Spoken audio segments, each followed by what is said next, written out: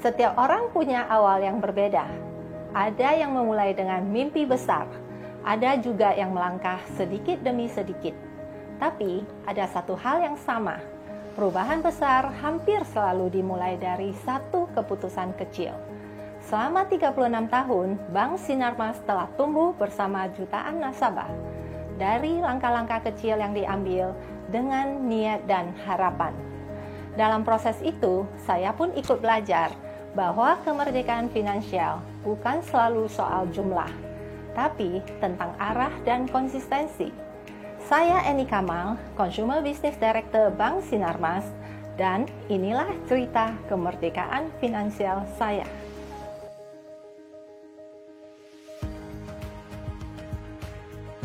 Waktu kecil pernah membantu bisnis usaha keluarga ya, menagih piutang ke gedung bank. Saya sungguh terkesan dengan deretan karyawan yang kerja rapi gitu ya, menyenangkan banget.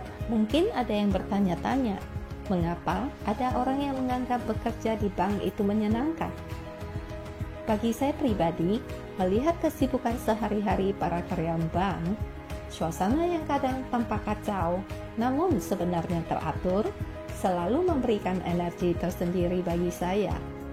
Itu membuat saya sadar bahwa bekerja di bank bukan hanya soal angka, tetapi juga tentang teamwork, problem solving, dan juga memberikan dampak nyata yang positif.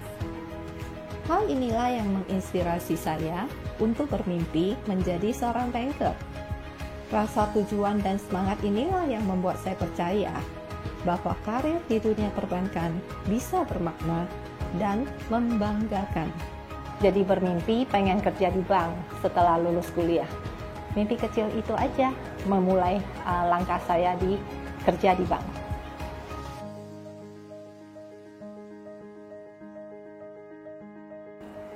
Dari kecil diajarin orang tua harus rajin, produktif, dan optimis. Saya berasal dari keluarga pengusaha. Sejak masih kuliah, saya sudah terbiasa ikut membantu usaha orang tua di bidang perdagangan. Sekaligus bekerja sambilan sebagai guru les untuk anak SD, SMP, hingga SMA. Pengalaman-pengalaman yang awal inilah menjadi langkah pertama dan memberikan dampak besar dalam membentuk perjalanan hidup saya. Hingga akhirnya saya beraspirasi meniti karir di perbankan dan kini dipercaya menjadi salah satu direktur di Bank Sinarmas. Tapi load kerja relatif tinggi iya, karena makin rajin biasanya kan dikasih load kerja yang makin berat gitu ya. Titik baliknya adalah jadinya belajar lebih banyak dan lebih mudah bersinergi karena jadinya memperluas networking.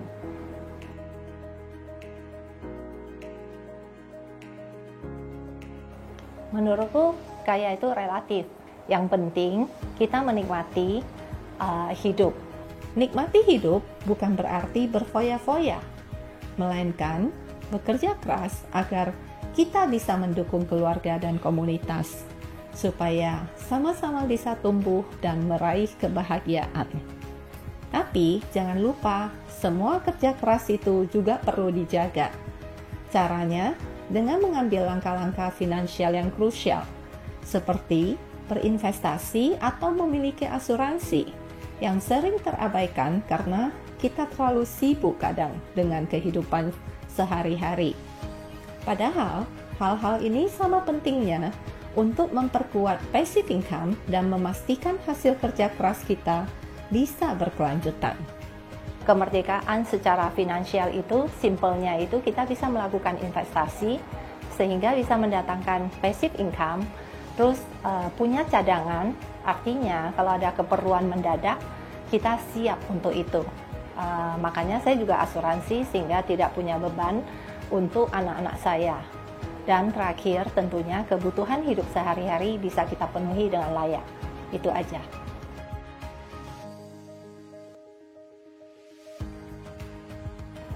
Mungkin pengalaman pernah kesulitan ekonomi di saat orang tua, papa saya meninggal waktu saya SMP 3. Nah, itu yang membuat saya belajar bahwa hidup itu harus belajar bertanggung jawab untuk membangun masa depan sendiri dan tentunya dengan keluarga. Sehingga saya pikir ada satu hal, memang hidup harus diisi dengan perjuangan. Setiap orang pasti punya perjuangan masing-masing. Ada yang mengejarnya melalui pencapaian karir dan memberi nafkah kepada keluarga.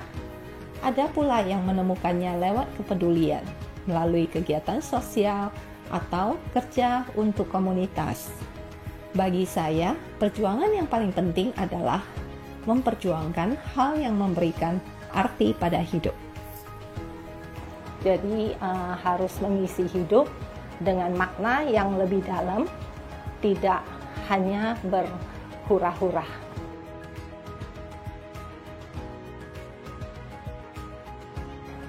Yang paling bermakna sebenarnya banyak, tapi yang paling berkesan adalah saat kita melahirkan credit card Red Diamond di Bank Sinarmas untuk nasabah prioritas Bank Sinarmas, di mana pada saat kita luncurkan di Desember 2024 sampai sekarang itu tumbuh signifikan.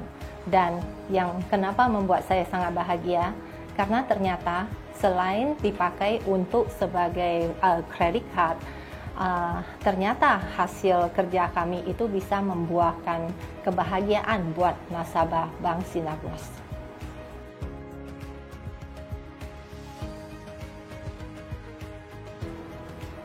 Mungkin saya akan lebih berani lagi, harus lebih berani untuk melawan situasi yang lebih konvensional waktu itu. Karena saya putri bungsu, saya diwajibkan untuk stay di samping ibunda, dan kuliah pun tidak boleh jauh-jauh dari daerah saya. Jadi kalau saya bisa balik ke masa lalu, mungkin saya akan mengatakan let me try, dan strongly I'll do that.